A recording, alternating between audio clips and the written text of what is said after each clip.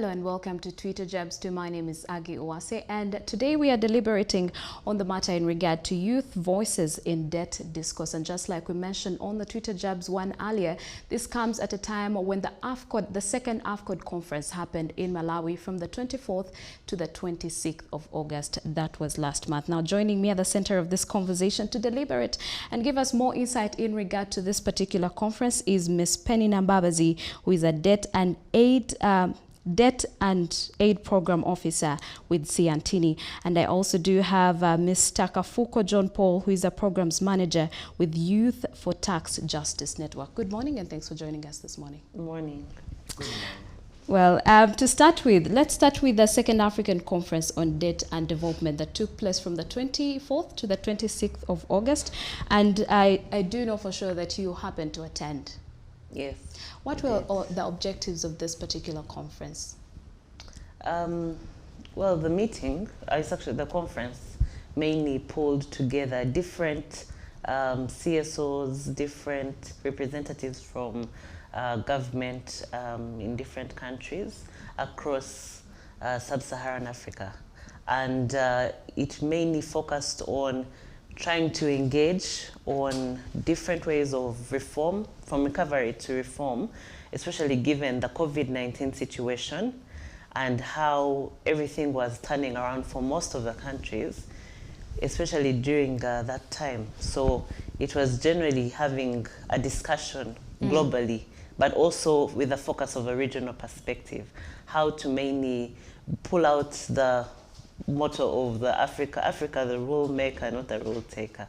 So in order to have that, we needed to engage with a lot of policy makers, but also pull in CSOs from different sub-Saharan countries and have them engage on how best to move from the part of recovery to reform, on what we need to reform when it comes to debt, our debt architecture, how we see Africa in this discussion, and how to put Africa on the table to be able to discuss such key issues more on a regular and free basis, and involve the youth, involve discussions on how to go forward when it comes to debt restructuring. If countries can actually restructure their debt to kind of finance most of their needs instead of paying a lot of debt services.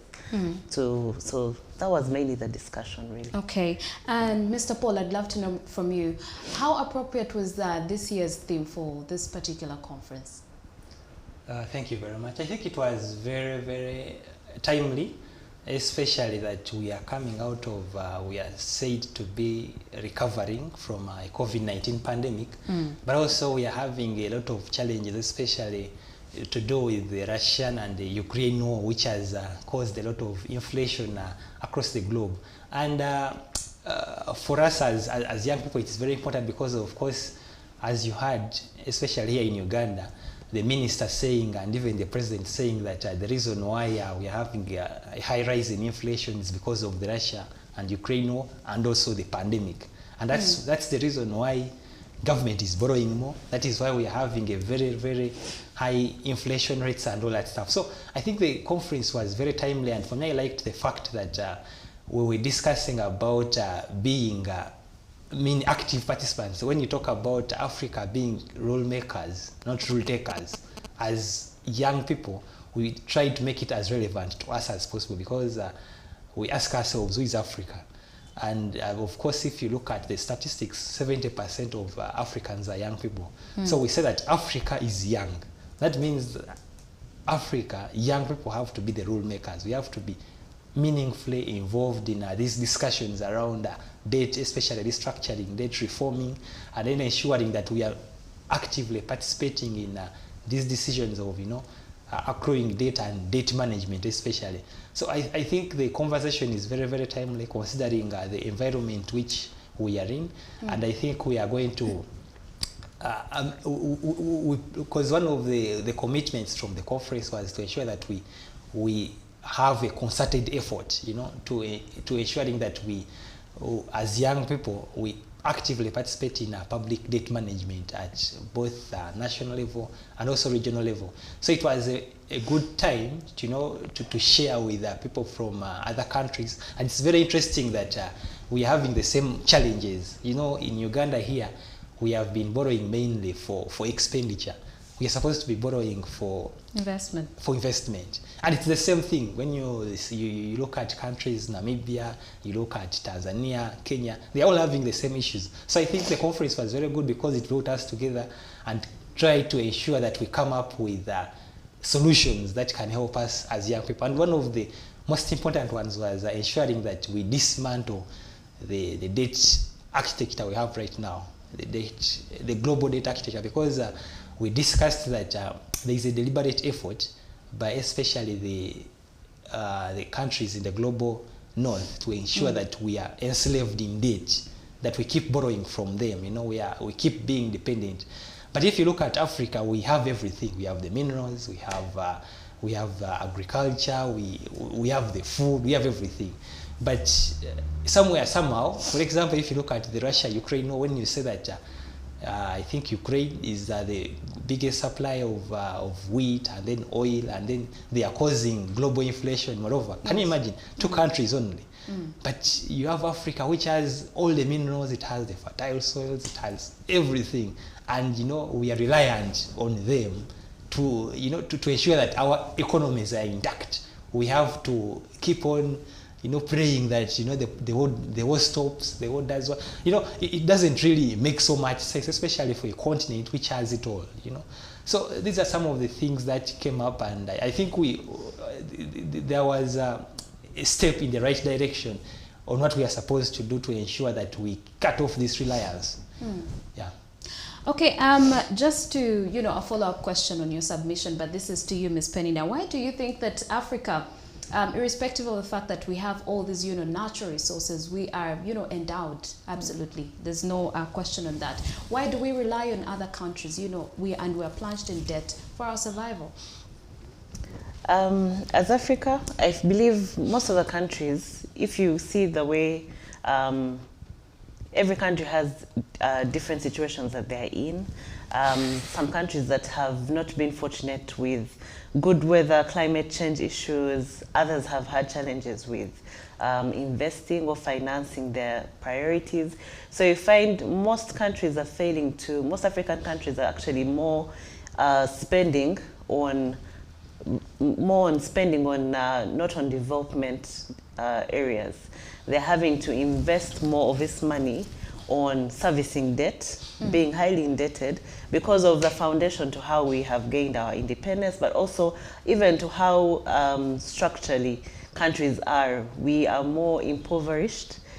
We have challenges with food. We have challenges with accessing even the key social services. You find that is really just what most of the African countries are facing. And for that reason, you get to realize we are really dependent on a lot of our creditors, a lot of those that we borrow from, and it has become a cycle. It is more of keeping within the debt cycle than actually trying to escape the debt trap. And that is how most African countries have actually put themselves in this situation. You get to realize that instead of carrying out more domestic revenue mobilization or alternatives to financing, we are relying more on loans that are way higher than what we should be paying back for. We are not going for the concessional loans, we're going for the non-concessional loans. The concessional loans are the ones that have at least a longer grace period, but they can also be more friendly to us when borrowing from the IMF, World Bank, but now we are moving even now to Chinese loans that come with a great burden of having to pay back.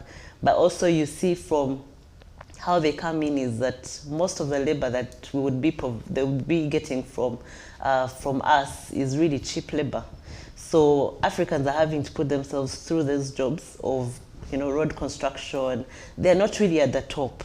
They're not putting themselves at the center of where you can actually construct those roads for yourselves. You can actually boost the small or medium enterprises or even companies, local companies that are there to do some of this work. By instead investing in the private sector, we're seeing that most of these alternatives are coming from different big, should I say the big fish, like the Chinese. So you get to realize it's actually putting us deeper into a debt trap, but also we're also failing to finance a lot of those loans. And that comes, what happens is that most countries are actually losing a lot of their assets. Ports, we had an incident with the Entebbe airport, Yes. and you saw how it was really hard to get into understanding the loan agreements and terms because there's a non-disclosure put on it. So you cannot even get to see how to debate these decisions in countries. And Uganda is not the only one. There's so many countries that have failed to be able to renegotiate or restructure their debt. And that is how most of the time, that's how we get to find we're actually still in a debt trap. Whether we try to pay off a loan here, we still need the money to finance certain areas of a country. So I find for most African countries that is what has happened. And Uganda, just an example as one, is that we fail to realize that we actually do have most of the resources that can help us generate more revenue. We find that we are either shooting ourselves or putting ourselves really at a lower class, yet we actually could be ensuring that we do boost the private sector. We do have these discussions regularly with the youth, or discussions with even key people, key policymakers, to inform us and make this information at least more regular for us to get to know, rather than us going ahead and finding this news on different areas in regards to how we're financing our debt.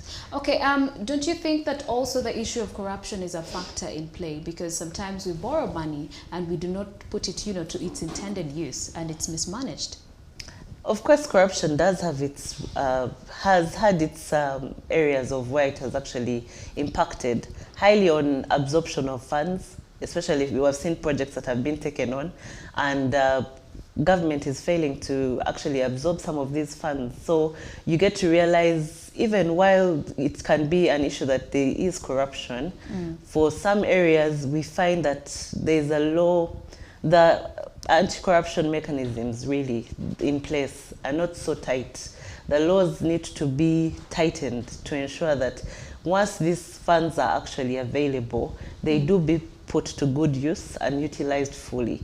But also follow-up is also necessary. And you find for the key ministries in line, or for the key policymakers that would be doing this, for example, like Parliament, their scrutiny into some of these issues is key, but you find the follow-up is not really that consistent, and that's how their role is really missing in a lot of this when it comes to oversight on public funds utilization, loans, and how they're approved. It comes to really back to really people misusing those funds, yes, and instead using them for other priorities. Yet you find we could have actually non-priorities, which we could have actually utilized in different areas, social services, impacting more on livelihoods of the people, and not failing to actually have more people at least appreciate government's efforts, because we're instead seeing the reverse. Yeah. Mr. Paul, back to this year's theme, and that is from recovery to reform, stop the bleeding. What does this statement say about Africa's debt?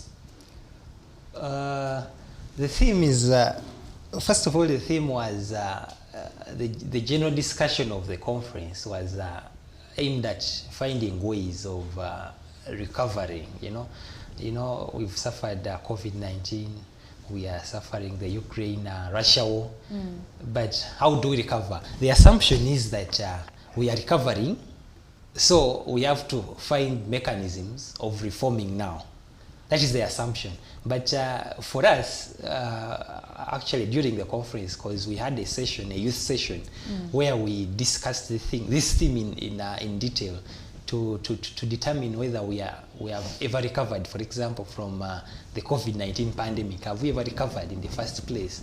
Before we even talk about the reforming, have we ever recovered? And of course, there was a general consensus that we haven't yet fully recovered. We are still, in the process of recovering and all that stuff. So there's that general consensus. But then also when you move to the stop the bleeding, it speaks more to issues of financial leakages. Talk about the illicit financial flows that that we are losing as a country, and this is mainly through the multinationals which do not pay taxes, the incentives, the harmful incentives that we give to most of these multinationals. For Uganda here, we've gotten into the habit of creating special economic zones. They are there, and we are giving so many incentives to many of these companies, but at the same time we do not have the revenues, enough revenues to cater for our budget. We are borrowing, we are doing what.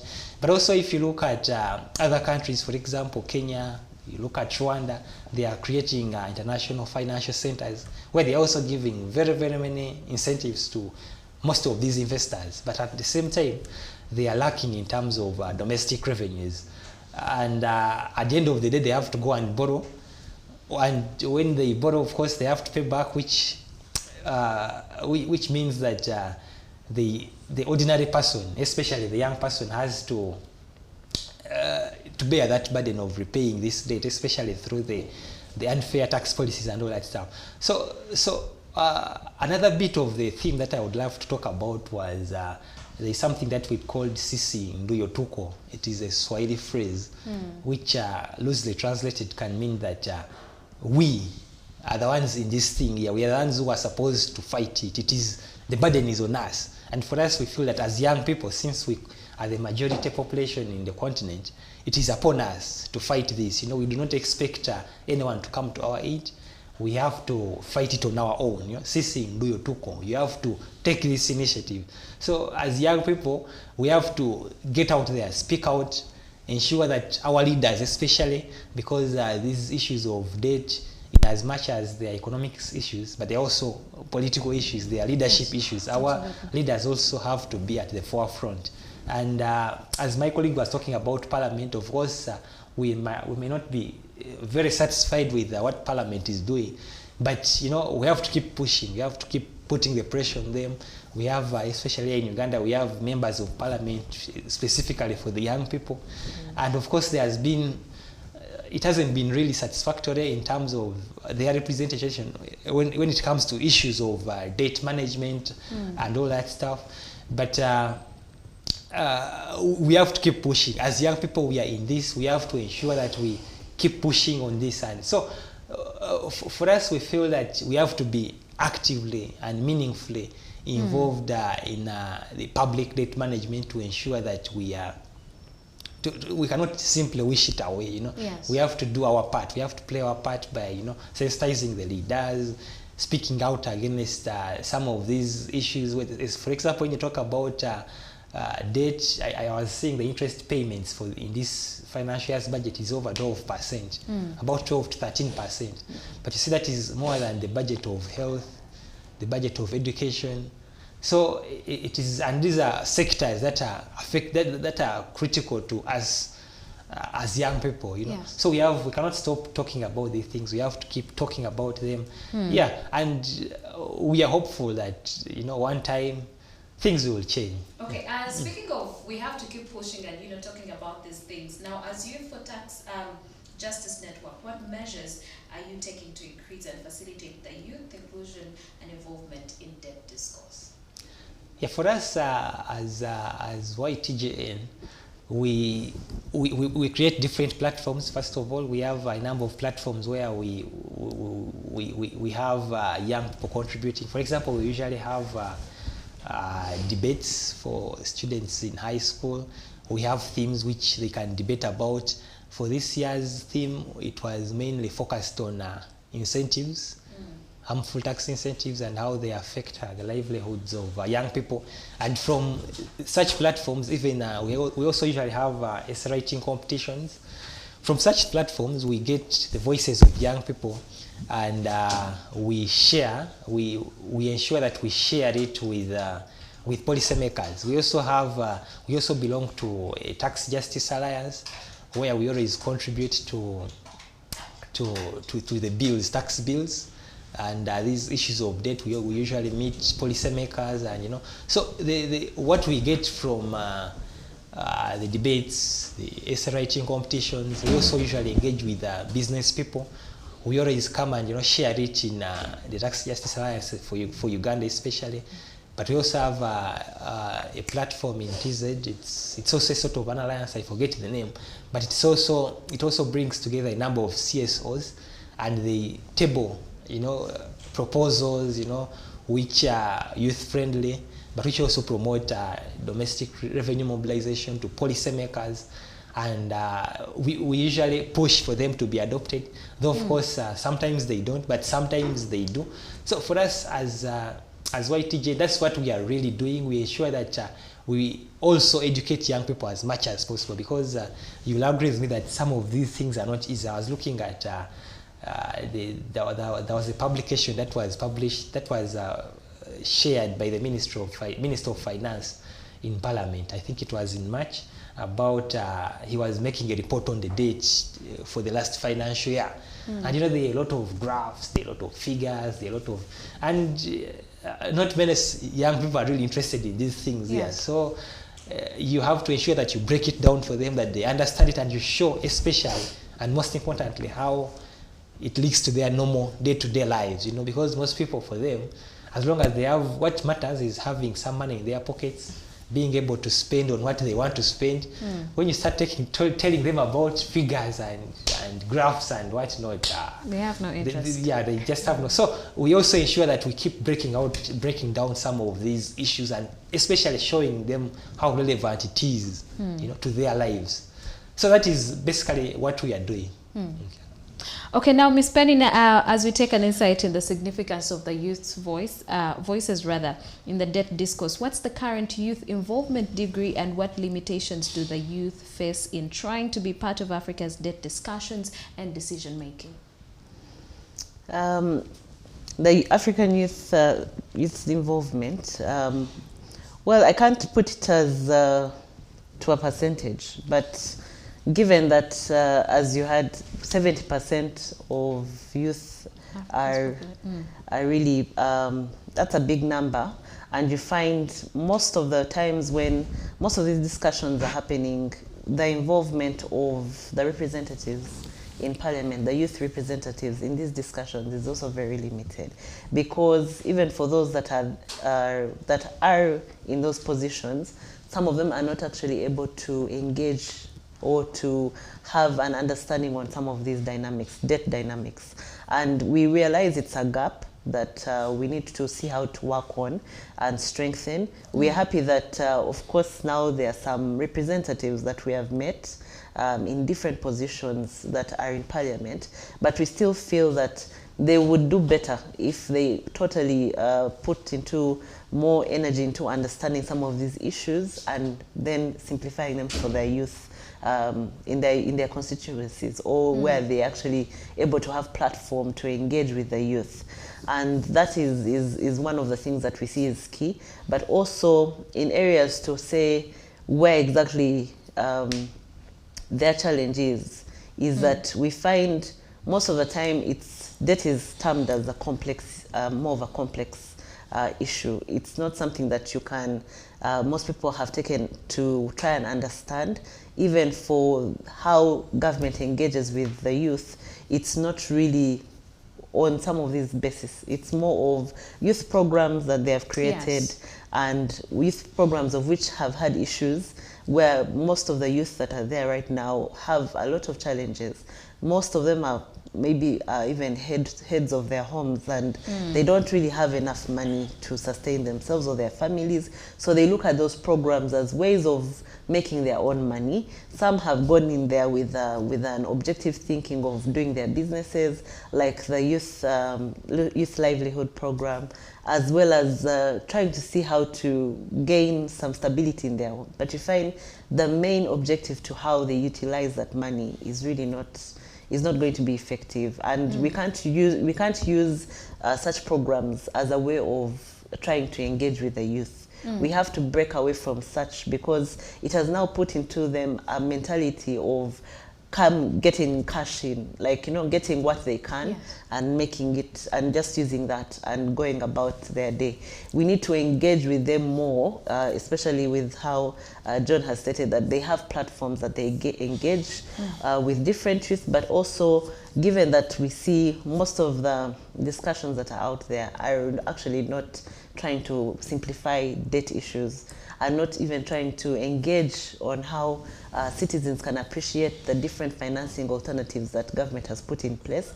It's only left for those who understand, it's left for the technocrats, and that leaves a big gap for them. So I believe in most of the way where the youth have been centered really is on mainly just being part of the population and seeing how best they can actually be looked at as key stakeholders. But really, when it comes down to what's on ground, is that most of the loans that even have been borrowed for the marginalized, like the youth and the women, you find most of them have not really met the objective. If they are targeting youth, they have had to, they've found challenges with the sustainability of the programs that they have put on ground, because most of them are actually not being able to cope with having to either finance their focuses, like their businesses, or what government is hoping to see to it that they are engaged in that front. But most of them have failed to do so. And a lot of startup businesses are really by the youth. And most of them have failed because we are not looking at further mechanisms to be put in there for them to get free, at least enough credit, even when they come to access loans, at least for them to be able to be seen in, even when it comes to the market, how best to put in those businesses into ensuring that they are also part of these local farms or local businesses that government outsources from. It's really not clear on how best they have been involved in some of these discussions. And we get to realize that a lot of the project outcomes are not really made public. So even for the information that we would wish to see how best they have engaged with them, it is until when we go on ground that we realize that there's that big gap there.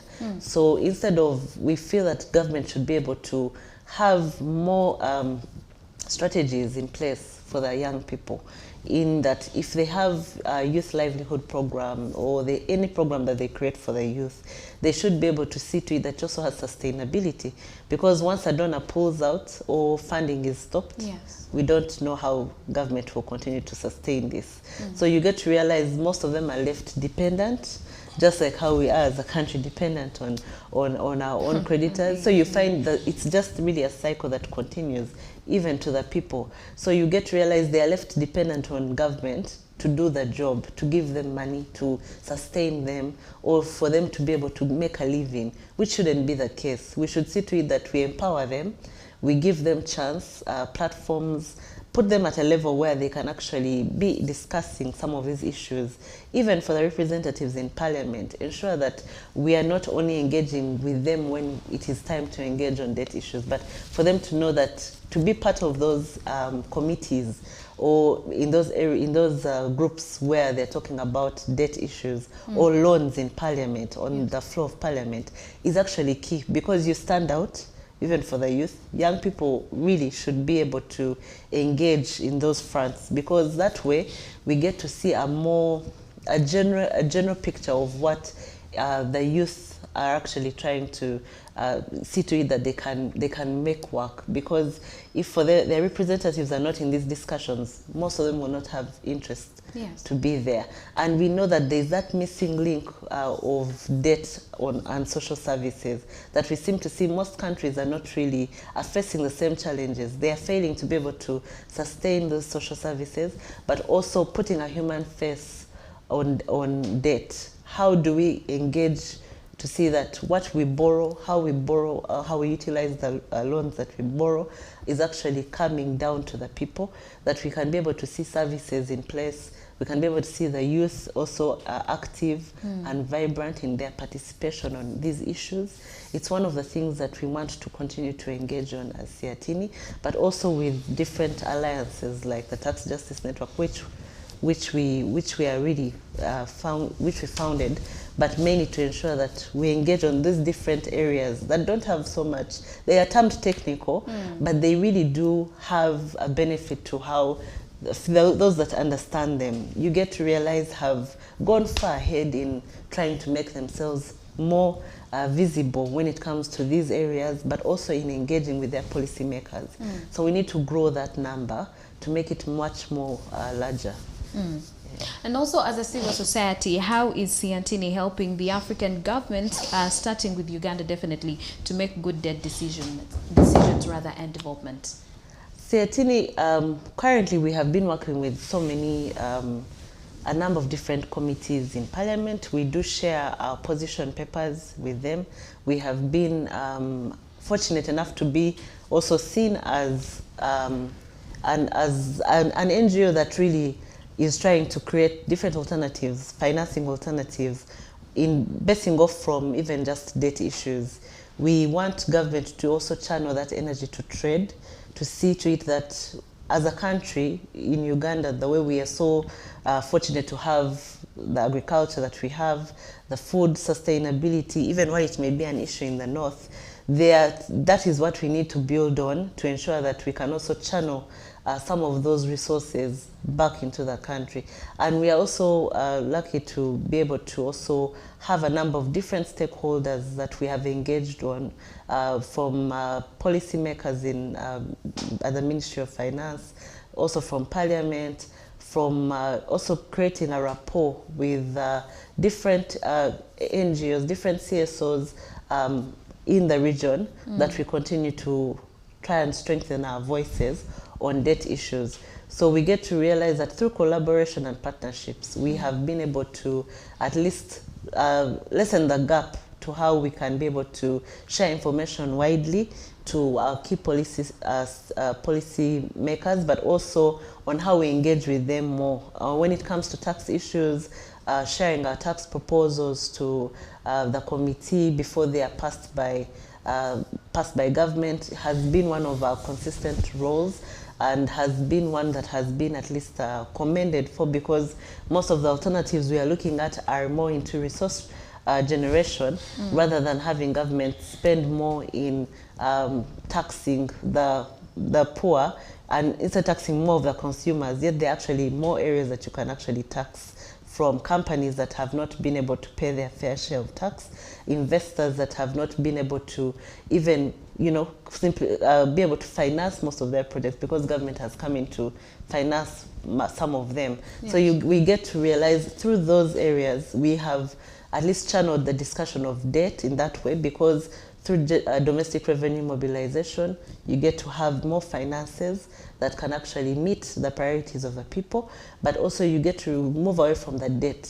that the debt trap that we are in, and focus on generating all your own local revenue, which we do believe we have enough of. And also, as SEETVSunrise, we have also gone ahead to mentor and also grow different young CSOs or CBOs, those that have been on the ground, that have been trying to form, but to mentor them in a way to empower them, to make sure that they are also part of the discussion, and not leave it to a few of us who may be able to know these things, but to spread the message across, and also to engage with regional partners that have made it easier to strengthen that voice, and go to also the global level to engaging with the IMFs, World Bank. So we believe from that we generate an easy way of getting into most of this decision making, but also we know that we can only do so much when it comes to issues at the global level. So we try to focus on having our areas also at the national level when it comes to debt, tax, trade. We are really trying to push, at least for government, to focus on generating these revenues, but also on trade, amplifying the trade in Uganda by trading with our neighbors, by ensuring that there are more resources coming in, the illicit financial flows that he talked about. We have a campaign that has always been on Stop the Bleeding, which is what also the SFCODD focused on. But generally it is through those campaigns that we get to realize we want government to come on board and acknowledge and find ways of utilizing these alternative finances. Yeah. Okay, now moving on, Mr. Paul. Now, since Africa has mostly the youth population, how are these debt burdens likely to affect future prospects if not handled with care right now? Thank you. The debt burden is already affecting us. I give an example of Uganda here. The budget 2020 to 2023 allocated about 13% of the budget is allocated to interest payment for debt that has been accrued, and that is not even that doesn't even cover the principal amounts of the debt. You understand? So that is already way past, way above the amount of money that was allocated to health, to education, and and most of those critical sectors, ICT, which are very relevant to the young people. So there is already an effect, a negative impact on the sectors which are beneficial, which are critical to young people, especially in view of this date. But another angle we can look at it from is that the repayment. The reason why we are seeing a lot of regressive taxes right now, I think we have a 12% internet tax. And we all know that tax on, internet is mainly utilized by the young people. They are trying to forge a means of survival and all that stuff. But there is 12%. You very well know that the social media tax was removed. But of course, most people jubilated.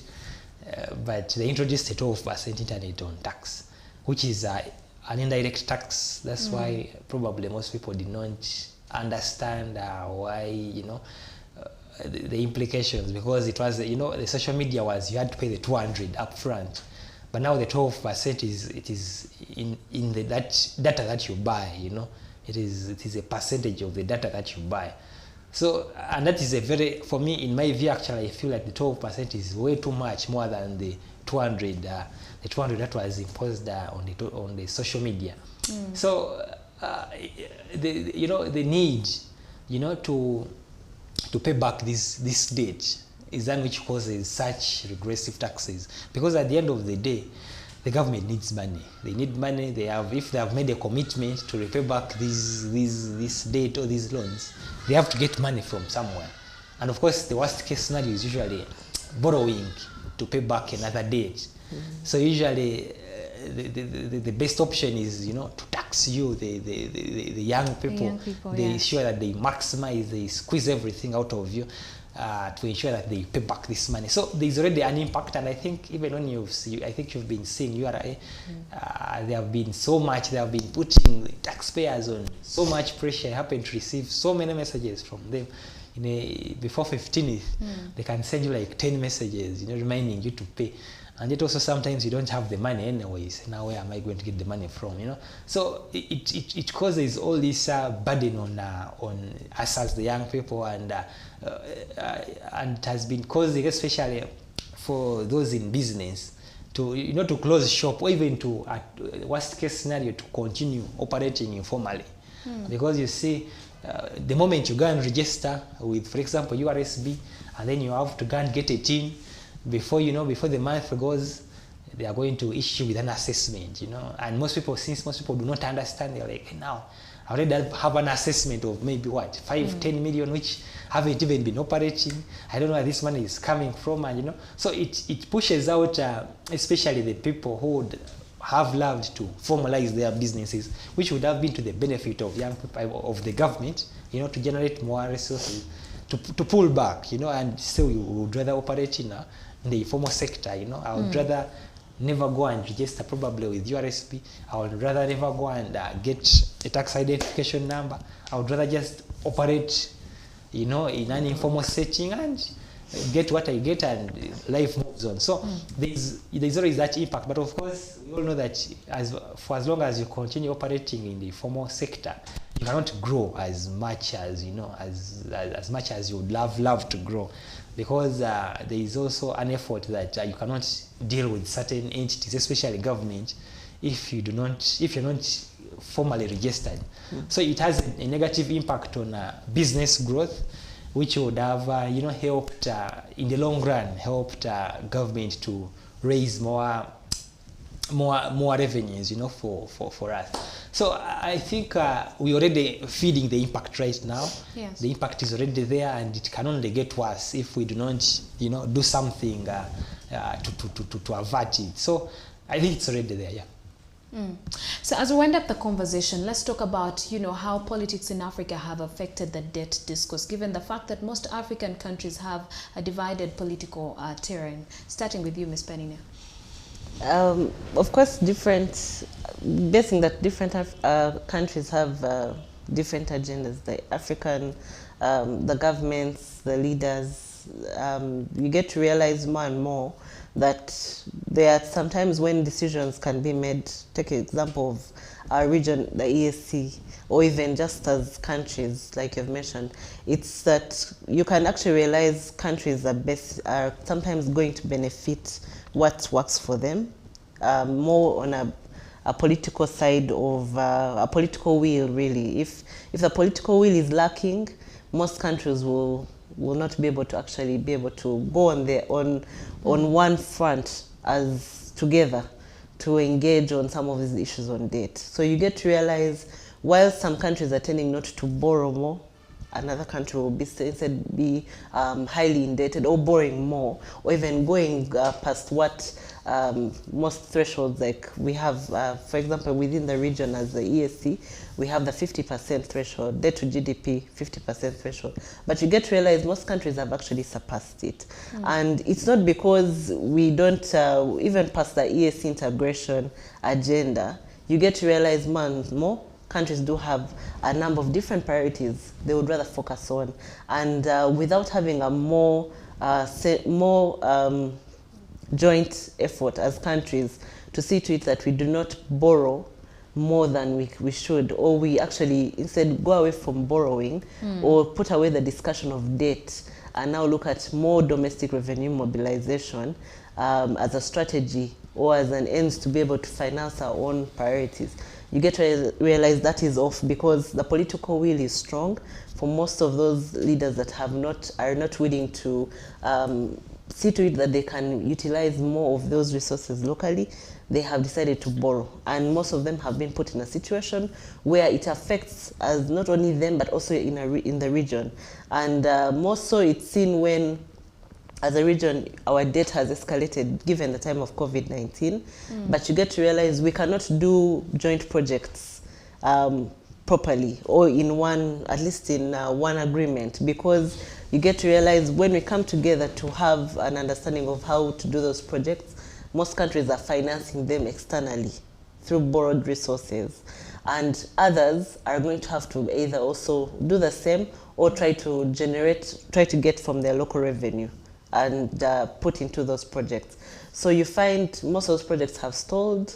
Either the collaboration, the partnership is not strong. There's a weak link between how they can be able to join together to actually find ways of being on board. So you find most times the government really may try to actually advocate for most of these resources to be utilized properly.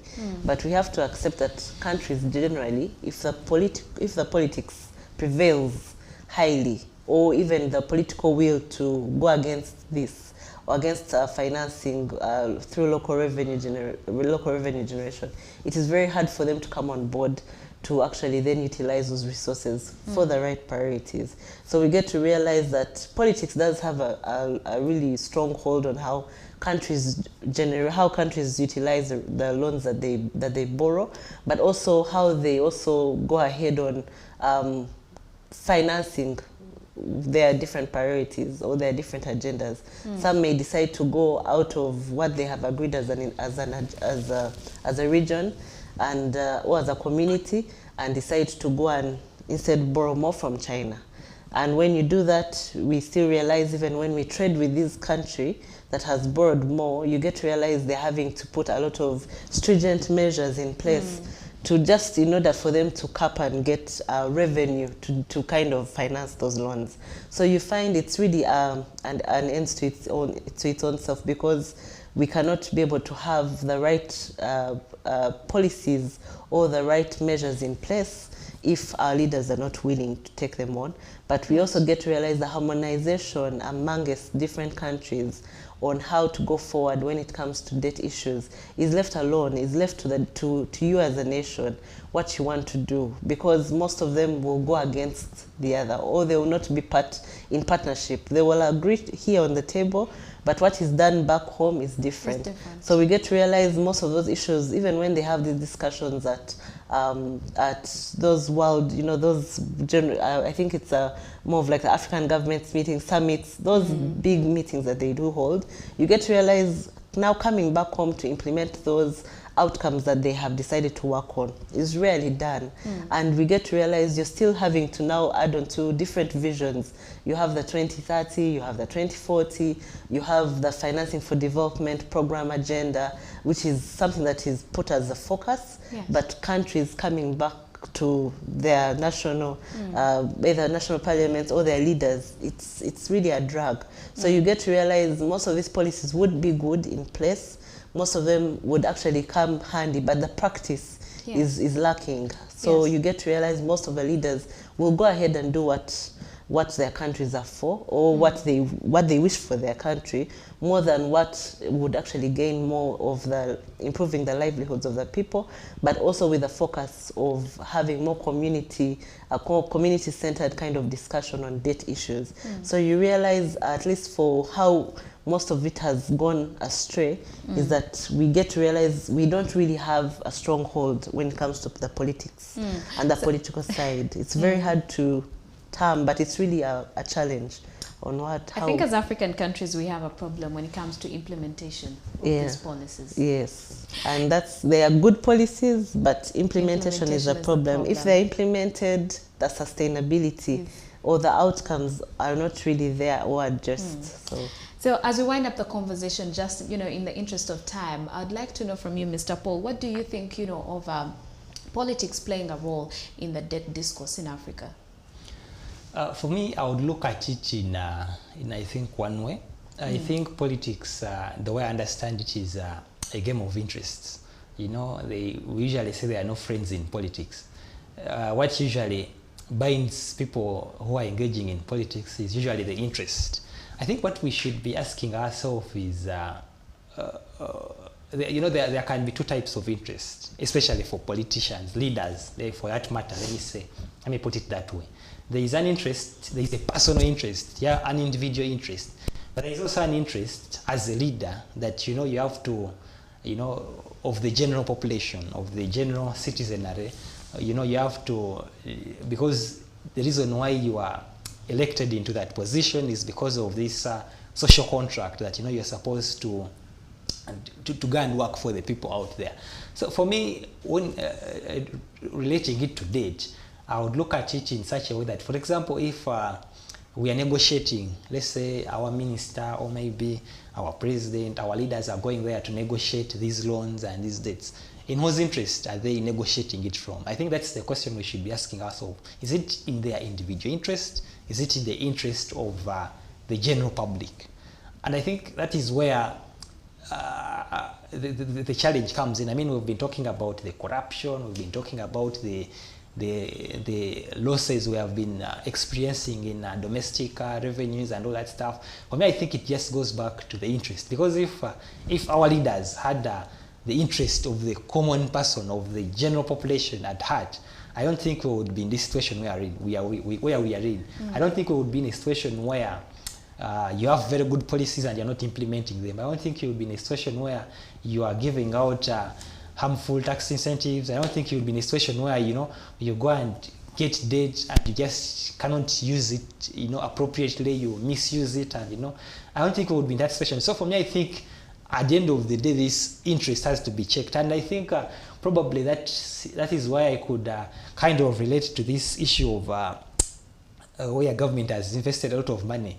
mindset change, I was interacting with a colleague from Zimbabwe, and he was telling me this is something they're also doing, in their country, mindset change, ensuring that our leaders have the interest of the general citizen, first. It should really come first. I mean, if it comes first, everything else should be able to flow. But for as long as someone goes and negotiates with the Chinese, and then he's looking at a kickback for himself, he's looking at he's just looking at himself, it just doesn't work. So for me, I think that is where we are supposed to to be starting from. We have to first of all change that thing of for me this thinking that let me go and stand for this position. Let me say go and become an MP, hoping, let me say, invest 100 million.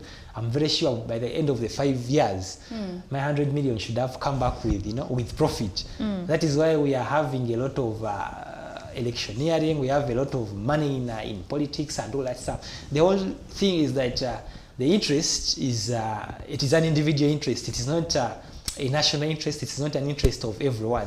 So for me, I would characterize it from that way. I mean, Penny has talked about the regional perspective, but for me, I feel that it starts with the national. There can be many protocols that are signed. There is the Lagos Action Plan. There is so many of them. But at the end of the day, it starts from down here. How do you start implementing all these things? And for as long as our leaders don't have the interest of the country, the general public, it just doesn't work. Yeah. Well, thank you so much for joining us this morning. You're welcome. Well, I've been joined by Miss Penny Nambabazi, and she's a Debt and AIDS Programs Officer with Siantini, Uganda. And I've also been joined by Mr. Kafuko John Paul, and he's the Programs Manager with Youth for Justice Network. Tax Justice. For Tax Justice Network, yes. And that is all we had for you on this segment of the Twitter Jabs. Coming up is Our Views, and we are talking about a very interesting conversation that Priva Elibas will be leading. So keep watching Sunrise at Sea and don't blink.